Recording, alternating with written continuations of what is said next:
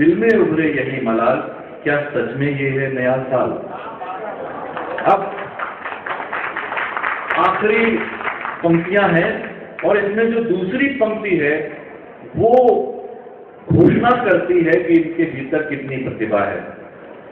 जन्मत ही तब होगा पोषित, जन्मत ही जब होगा पोषित, भूख स्वयं में होगी कुपोषित। कमाल की बात।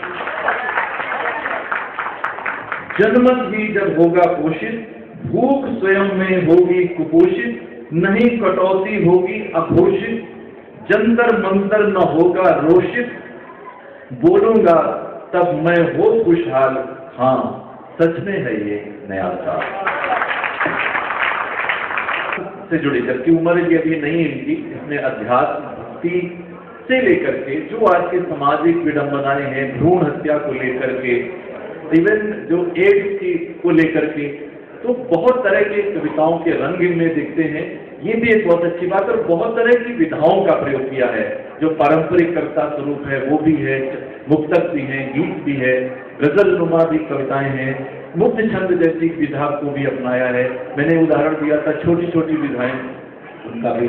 तो कहने का मतलब ये है कि ये किताब जो है सही माने में अब एक ऐसा रास्ते इसमें से बहुत सारे निकलते हैं। तो अब हम ये चाहते हैं कि भुवनेश, तुम्हारे भीतर बहुत सारी प्रतिभा है, बहुत क्षमता है। अब धीरे धीरे अभी बहुत सारी विधाएं भी आती हैं, बहुत सारे तरह के रंग आते हैं, लेकिन धीरे धीरे आपको अपनी एक अलग कहीं ना कोई एक शैली बनानी, एक पहचान बनानी है जो तुम बनाओगे। और कविता के बहुत एक समर्थ सिपाही बनो, जैसे हरिओम पवार जी कह रहे थे, एक सच्चा कवि अगर है, सच्चा कवि है, तो उसके लिए वो भगवान को भी नहीं छोड़ता, क्योंकि मौका है एक युवा कवि का। बालकृष्ण शर्मा नवीन क्या कहते हैं, लपक चाटते झूठे पत्ते जिस दिन मैंने देखा नर को।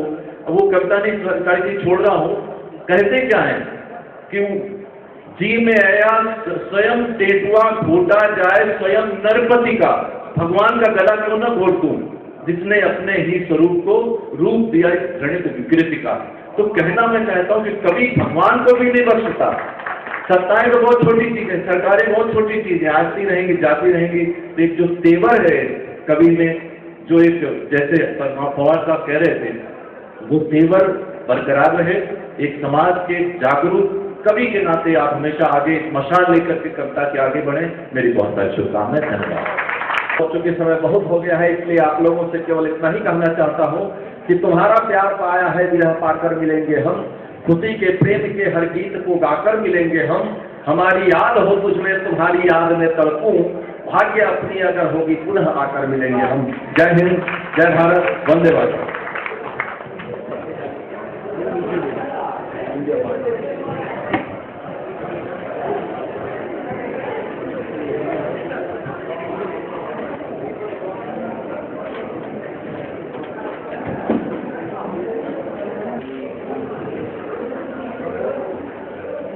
फिक्शन और नॉन फिक्शन धीरे धीरे अब आना शुरू हुआ है और धीरे धीरे उसका जो असर होगा वो हम देखेंगे।